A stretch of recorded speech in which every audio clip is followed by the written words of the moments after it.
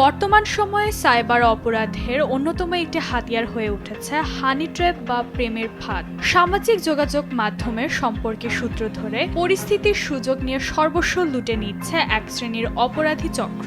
সম্প্রতি বরিশাল মহানগরীতে এমনই এক সুপরিকল্পিত হানি ট্র্যাপের শিকার হয়ে প্রতারিত হয়েছে এক তরুণ। ফেসবুকে পরিচয়ের জের ধরে বিয়ের প্রলোভনে পড়েছিলেন ঢাকার প্রাইভেট কার চালক আলামিন। প্রেমিকার আশ্বাসে গত 5ই মে ঢাকা থেকে ছুটে আসেন বরিশালে। মেয়েটাকে আমি চিনি, যখন প্রথম ওর সাথে ফার্স্ট দেখা হয় তখন বিলাস পার্কে মেলা চলতেছিল। ওই মেলাতে আমিও গেছি আমার পরিবার সহকারে। সেখানে মেয়েটা যেহেতু আমার পরিচিত, ও গার্লস গাইড থেকে, মানে গার্লস গাইডে হচ্ছে আমার মেয়েও গার্লস গাইডে পড়ে, ও পড়ে, ওর সাথে ওই সূত্রে আমার সাথে পরিচয়। তো আমি সেদিনই ওই মেয়েটাকে নিষেধ করছি যে ছেলেটার এরকম সর্বনাশ করিস না, তুই জায়গায় জায়গায় এমনিতে আকাম কুকাম করিয়া বেড়াস বহুত জায়গায়, তবে সহজ সরল যে তোর বাবা নেই, এই ছেলেটার এই ক্ষতি করিস না। এরপরই শুরু হয় চক্রটির মূল পরিকল্পনা। পরিবার এই সম্পর্ক সহজে মেনে নিবে না এমন অজুহাত তুলে আলামিনকে গোপনে বিয়ে করার পরামর্শ দেয় ওই তরুণী। সরল বিশ্বাসে হবু স্ত্রীর সেই প্রস্তাবে রাজিও হন তিনি। বিয়ের কেনাকাটা করতে দুজনে যান নগরীর বাজার রোডের নিউ এলাহি ক্লথ স্টোরে। সেখানে কনের পোশাক ও সাজগোজের জন্য এক দফায় খরচ করা হয় প্রায় 50,000 টাকা।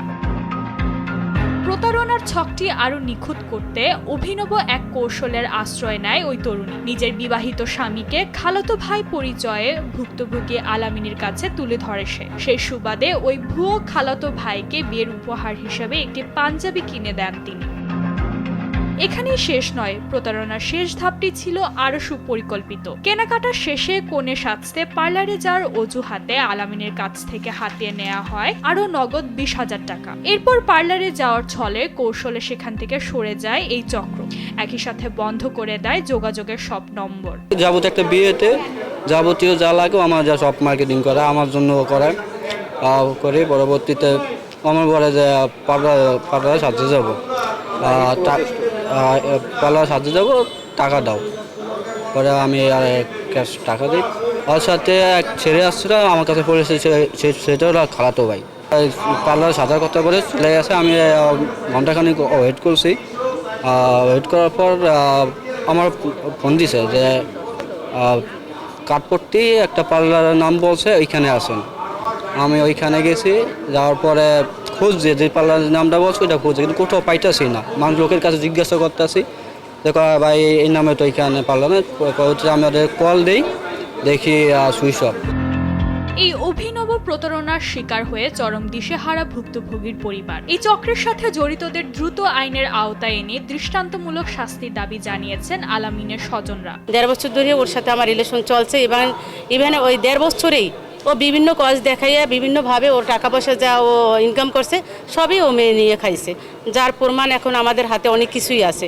অনেক ছেলেরা সাবধান হবে, বা ওর যদি কোনো আইনি ব্যবস্থা হয়, ওর কোনো বিচার হয়, তাইলে হয়তো অনেক এই হানি ট্র্যাপের এই ব্যাপারটা থেকে অনেক ছেলেরা হয়তো নিজেদের বেঁচে যাবে। হ্যাঁ, তো নিন্দনীয় বিষয়টা, এই ধরনের অনাকাঙ্ক্ষিত বিষয়টা আমরা আশা করি না। এইতে দেশ এবং সমাজ এভাবেই নষ্ট হইতেছে এবং কিছু ছেলেপেলেরা এভাবেই প্রতারিত হইতেছে।